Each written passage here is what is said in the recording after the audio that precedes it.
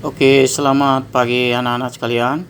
Sekarang kita akan masuk materi kita, judulnya statistika ya.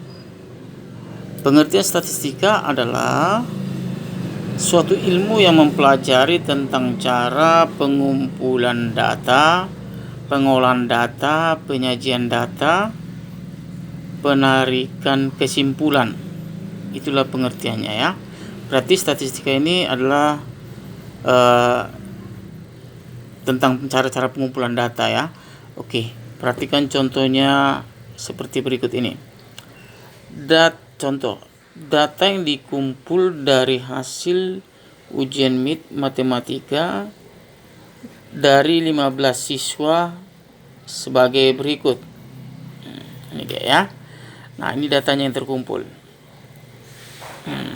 Ini totalnya ada 15 siswa ya. Setelah data dikumpulkan, lalu data disajikan ke dalam bentuk tabel, yaitu tabel distribusi frekuensi ya. Nah, itu dia ya. Nah, tadi kan pengertiannya kan bahwa ini adalah tentang penyajian, ini adalah statistika, adalah tentang pengumpulan data. Nah, setelah data dikumpul lalu disajikan, tadi pengertiannya ada ya. Setelah dikumpulkan tadi, mana tadi ya? Cara pengumpulan data dan disajikan datanya. Nah, penyajian datanya itu bisa juga dilakukan dengan cara tabel, namanya tabel distribusi frekuensi. Nah, data ini kita susun ke dalam bentuk tabel. Nah, ini nilai datanya dari mulai ada data yang di sini lah ya. Data yang terkecil sampai yang terbesar. Inilah dia susunannya. Nah, ini frekuensi itu menyatakan berapa banyak nilai 40, 50. Ini dia. 41, 55 dan seterusnya ya. Jadi totalnya sama 15. Ini juga ada 15. Frekuensinya juga harus 15. Nah, selain penyajian datanya dengan menggunakan tabel distribusi frekuensi, penyajian data ini juga bisa dilakukan dengan beberapa bentuk. Penyajian data ini bisa juga dinyatakan ke dalam beberapa bentuk, yaitu yang pertama bentuk diagram batang, bentuk diagram garis, bentuk diagram lingkaran. Nah, ini keterangannya atau penjelasannya. Ini jadi berarti penyajian data itu selain daripada bentuk tabel, ini termasuk penyajian data juga, bisa juga dilakukan dengan cara diagram berikut ini ya. Ini ya. Oke. Ini penjelasannya. Nah, ini penjelasan daripada diagram batang. Diagram batang adalah penyajian data yang ditunjukkan dengan bentuk persegi panjang, dan diagram batangnya digambarkan secara terpisah. Jadi hasil gambarnya nanti dia gambarnya terpisah. Nah, sebagai contoh seperti ini. Misalkan ini contoh. Di sini sudah ada bentuk tabel distribusi frekuensinya ya. Nah, ini tabel distribusi frekuensi ini coba kalau ditunjukkan atau disajikan ke dalam bentuk diagram batang bagaimana ya. Nah, ini dia.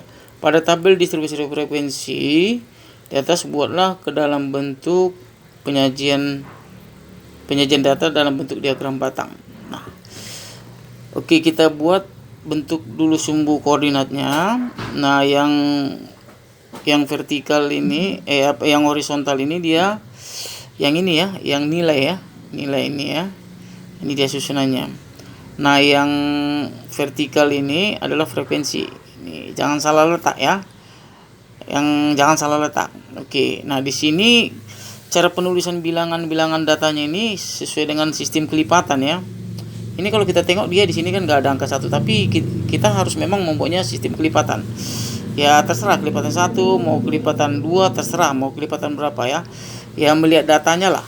Kalau datanya kecil ya kelipatan 1 saja. Itu datanya kita lihat kecil, jadi 1 saja. 1, 2, 3, 4. Jadi data yang kita buat di sini tadi data yang ini harus semuanya masuk di sini. Jangan sampai tidak ada. Nah, sekarang yang frekuensi.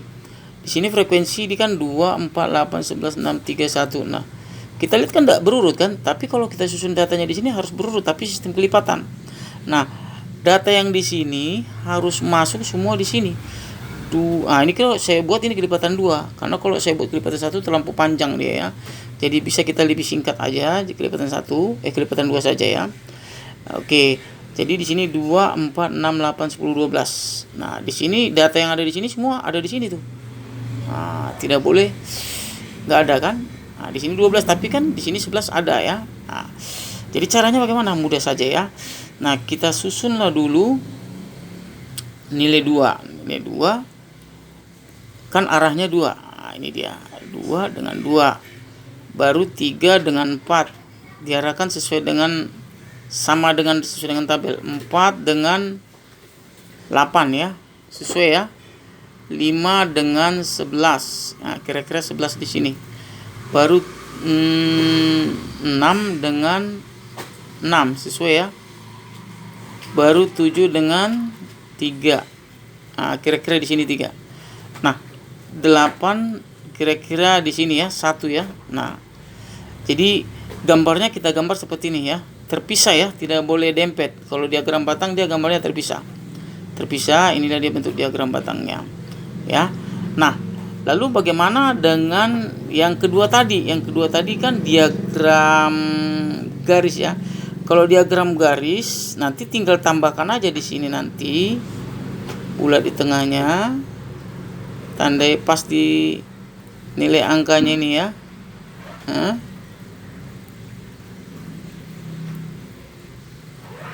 Kita buat dulu. Nah, tinggal kamu hubungkan saja, gambarkan saja garisnya ini. Nah, tinggal dihubungkan saja.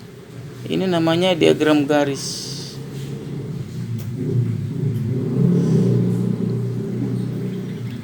Nah, ini namanya diagram garis. Nah, ini namanya diagram garis dengan diagram batang, bentuk koordinatnya sama ya.